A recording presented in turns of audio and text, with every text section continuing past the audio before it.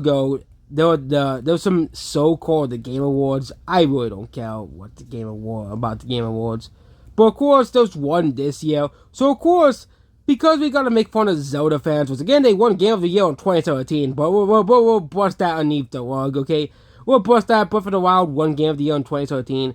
Of course, people who weren't fans of Breath of the Wild were upset, obviously, but this is just funny that these people are gonna brush that aside. But basically, there's this whole conspiracy theory that Nintendo delayed Tears of the Kingdom to avoid Elden Ring, which is pretty funny because Nintendo did not mention Elden Ring in its delay.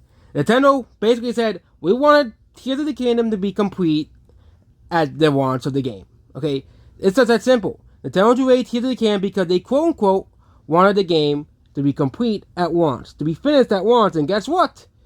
The game was complete at once. The game didn't launch buggy or glitchy like Pokemon Scarlet and Violet did, but, the game had extremely good reputation. And let's not forget the fact that if you look at the audience score for Tears of the Kingdom, this is a game that's supposedly considered the worst and most disappointing Nintendo game of all time, but it has an 8.8 out of 10 on Metacritic.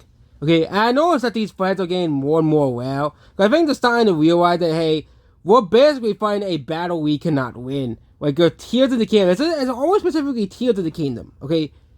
Because, really, the game has an 8.8 on user score on Metacritic. Again, there isn't really many sites to really put up user scores. Like, there's the Google one, which is a 95%, And also there's the reviews at 78% love destroy by Google reviews.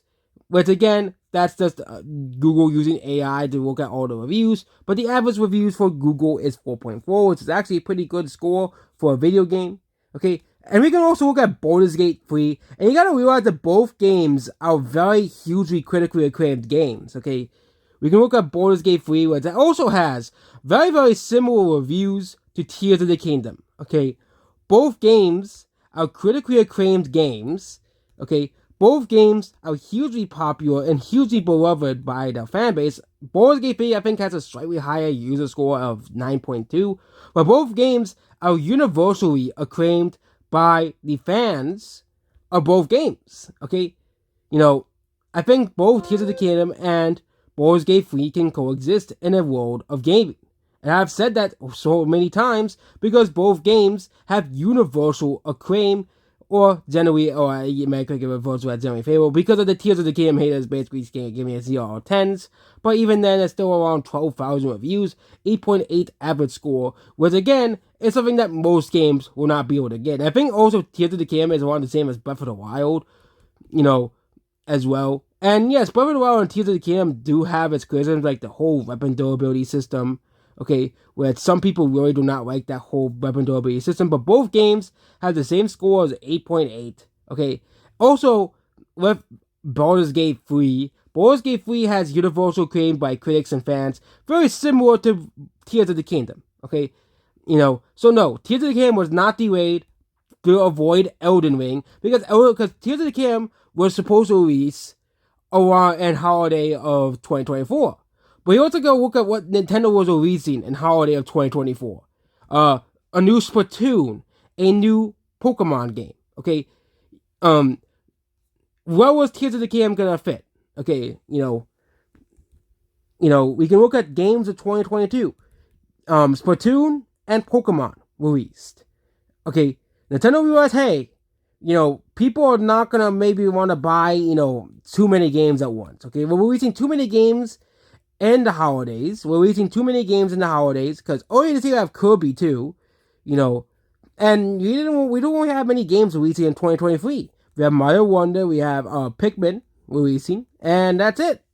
Okay, so let's just release Tears of the Kingdom, okay, as well. And Tears of the Kingdom ended up selling very well because Nintendo avoided themselves.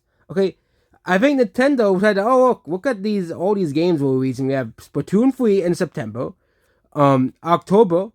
Okay, let's look at October. I think we have Mario Party where we at. I think, okay, what game is this Nintendo released in October? And Nintendo released something in October too, I think. Nintendo released Bayonetta 3 in October. Okay, Nintendo released anything else in October besides Bayonetta 3. Excuse me. Yeah, Nintendo released Bayonetta 3. Okay. And of course in November they released also Sparks of Hope released too. They also released in November Pokemon, okay, in 2024. That's right, no, 2022. Okay. Pokemon Scarlet and Violet, which, would compete with the other games. Okay. Pokemon Scarlet and Violet were released in that year, and as well, I can't find. Okay, yeah, but Pokemon Scarlet and Violet released, Mario Rabbids released, Bayonetta released. Okay, Nintendo already had games. And I think Nintendo was gonna plan to release Tears of the Kingdom in December. Which would that mean Tears of the Kingdom would not even qualify for Game Awards 2022? Okay, when did they do Game Awards 2022? Okay, when did they do it? December 8th. So Tears of the Kingdom will not even qualify if they release the game in December. Yeah, Tears of the Kingdom will not even qualify for Game of the Year if they release the game in December. So it won't even qualify for Game of the Year of 2022 if they released it in December. Okay, which I think that was the original intended release date for the game. Okay, but they delayed it because, there's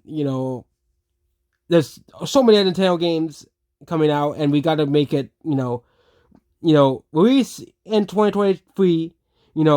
Of course, and also let's not forget Kirby Forgotten Land also released earlier that year.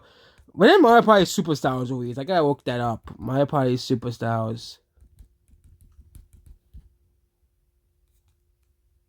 2021. Okay, Mario Party Superstars released in 2021. Okay, got that. But yeah, that's about this video here. Goodbye.